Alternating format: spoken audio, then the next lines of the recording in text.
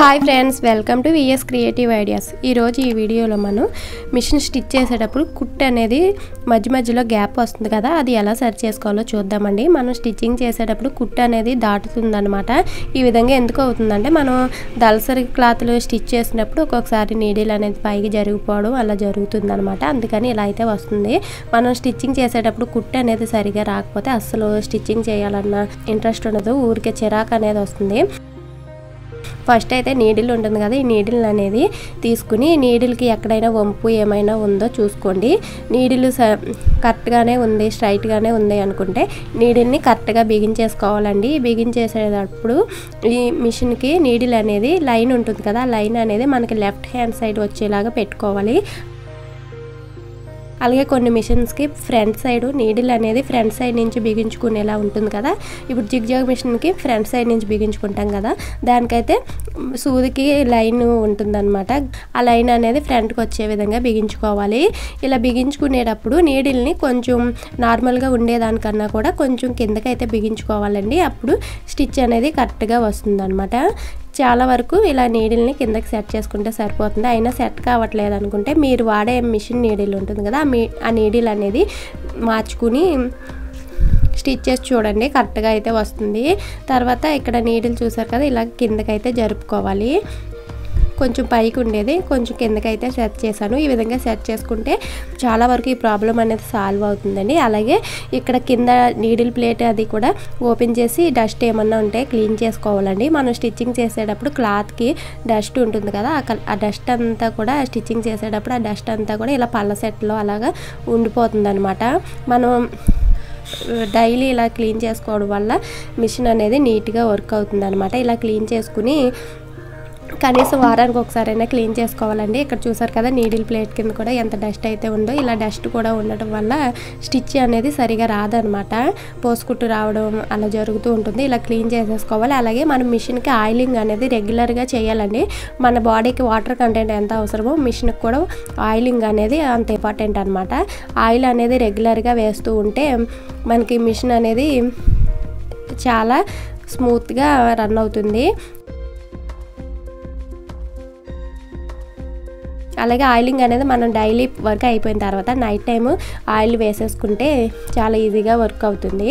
తర్వాత ఇక్కడ కింద షటిల్ అనేది, షటిల్ దగ్గర కూడా క్లాత్ ఏమన్నా ఉంటే డస్ట్ ఏమన్నా ఉంటే క్లీన్ చేసేసుకోవాలి. ఇంకా నేను ఎలాగో క్లీన్ చేస్తున్నాను కాబట్టి ఈ షటిల్ కూడా క్లీన్ చేసేసి నీట్గా క్లీన్ చేసేస్తున్నాను.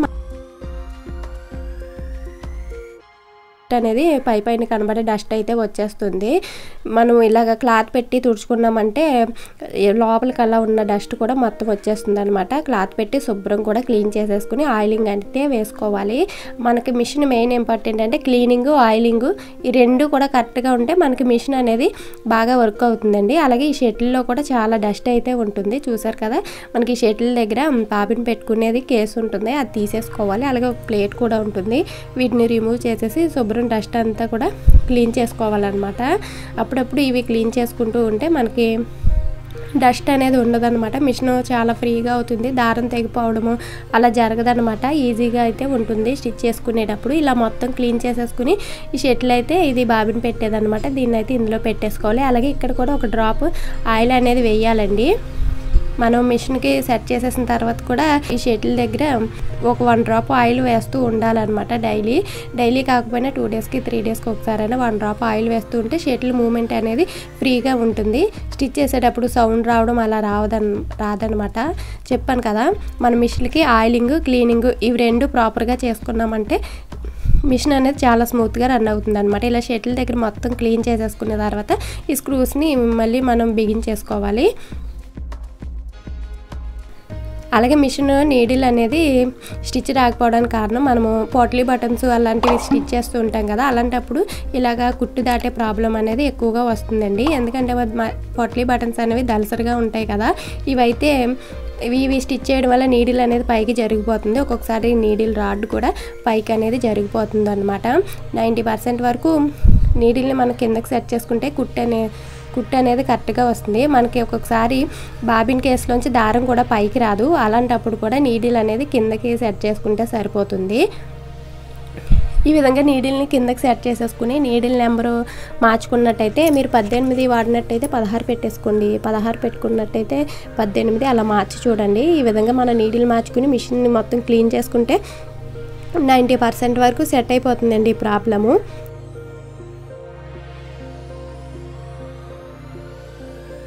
లేదు అలా అయినా సెట్ అవ్వట్లేదు, షటిల్లోంచి దారం పైకి రానప్పుడు ఇక్కడ నీడిల్ రాడ్ని మనము కొంచెం కిందకి దించుకోవాలండి. ఇక్కడ మనకి సైడ్ హోల్ అనేది ఉంటుంది, ఆ హోల్ దగ్గర స్క్రూ అనేది లూజు టైటు చేసేసుకుని లూజ్ చేసుకుని నీడిల్ బార్ని కిందకి దించుకుని స్క్రూ బిగించేసుకుంటే కరెక్ట్గా అయితే వస్తుంది.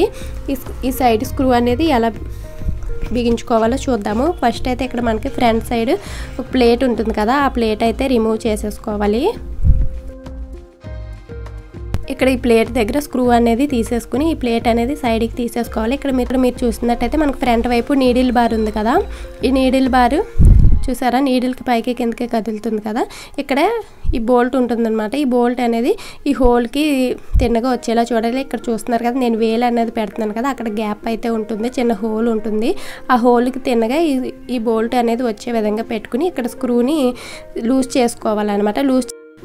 ఈ బోల్ట్ లూజ్ చేసుకున్న తర్వాత మనకి నీడిల్ రాడ్ అనేది పైకి కిందకి ఈజీగా మూవ్ అవుతుంది. చూసారు కదా నేను ఇక్కడ మీకైతే చూపిస్తున్నాను పైకి కిందకి ఎంత ఈజీగా మూవ్ అవుతుందో. మీరైతే ఇంతలా మూవ్ చేసాకండి, జస్ట్ కొంచెం కిందకి అయితే దించుకోండి. మరీ కిందకి దించినట్టయితే నీడిల్ అనేది కింద షటిల్కి తగులుకుని విరిగిపోతూ ఉంటుంది అనమాట. జస్ట్ కొంచెం నీడిల్ బార్ని కిందకి దించుకుని నీడిల్ రాడ్ని కిందకి దించుకుని స్క్రూ అనేది టైట్ చేసేసుకుని ఫ్రంట్ సైడ్ ఉన్న ప్లేట్ కూడా బిగించేసుకోవాలి. ఇప్పుడు మనం స్టిచ్ చేసినట్టయితే కనుక ఈజీగా మూవ్ అవుతుంది. అలాగే ఈ నీడిల్ రాడ్ బిగించే ముందు ఈ నీడిల్ రాడ్ లూజ్ చేసి బిగించిన తర్వాత మనం నీడిల్ సెట్ చేసుకుంటాం కదా, నీడిల్ అనేది కరెక్ట్గా సైడ్కి ఫిట్టింగ్ వచ్చేలా చూడండి. నీడిల్ రాడ్ అటు ఇటు అయితే మళ్ళీ నీడిల్ మెల్లి తిరిగినట్టుగా వస్తుందన్నమాట. అందుకని చూసి సెట్టింగ్ అనేది చేసుకోండి. ఇప్పుడైతే మనకి ఈజీగా స్టిచ్ అనేది వచ్చేస్తుంది, గ్యాప్ కానీ ఏమీ రాదనమాట. మీరు ముందు నీడిల్ సెట్ చేసేసుకుని మిషన్ మొత్తం క్లీన్ చేసుకోండి. నీడిల్ కొంచెం కిందకి సెట్ అయితే చేసుకోండి. అయినా కానీ కింద నుంచి దారం పైకి రావట్లేదు, అలాగే లూజు గ్యాప్ అనేది ఎక్కువగా వస్తుంది అనుకున్నప్పుడు నీడిల్ రాడ్ని కొంచెం కిందకి దించుకుంటే సరిపోతుందండి. కొంచెం ఓపికతో మనం చేసుకున్నామంటే చాలా ఈజీగా చేసుకోవచ్చు. ఇది మళ్ళీ మనం రిపేర్కి తీసుకెళ్ళాలంటే మనకు ఆ రోజు టైము వేస్ట్ అవుతుంది, అలాగే స్టిచ్చింగ్ చేసే టైము వేస్ట్ అవుతుంది, మనకి సర్వీసింగ్ కూడా ఇది సెట్ చేసినందుకు మనీ కూడా అవుతుంది కదా. అదే కొంచెం ఓపికతో మనం చేసుకున్నామంటే ఈజీగానే మనమే రిపేర్ చేసేసుకోవచ్చు. మీకు ఎంత ట్రై చేసినా అవ్వట్లేదు అనుకుంటే మిషన్ రిపేర్ చేసే వాళ్ళ దగ్గరికి తీసుకువెళ్తే వాళ్ళైతే సెట్ చేసేస్తారు. చూసారు కదా నాకైతే ఇక్కడ కుట్టు అయితే నీట్గానే వచ్చేస్తుంది. దళసరి క్లాతులు స్టిచ్ చేసినప్పుడు కూడా దళసరి స్టిచ్ చేస్తే నాకు అసలు స్టిచ్ వచ్చేది కాదనమాట, గ్యాప్ వచ్చేసేది, చాలా చిరాకు అనిపించేది. మనం స్టిచ్చింగ్ చేసేటప్పుడు నిట్ అనేది సరిగా రాకపోయినా మిషన్ సరిగా వర్క్ చేయకపోయినా పని చేయాలంటే చాలా చిరాకు వస్తుంది. ఇలాంటి చిన్న చిన్న రిపేర్లు అనేవి మనమే ఈజీగా చేసుకోవచ్చండి.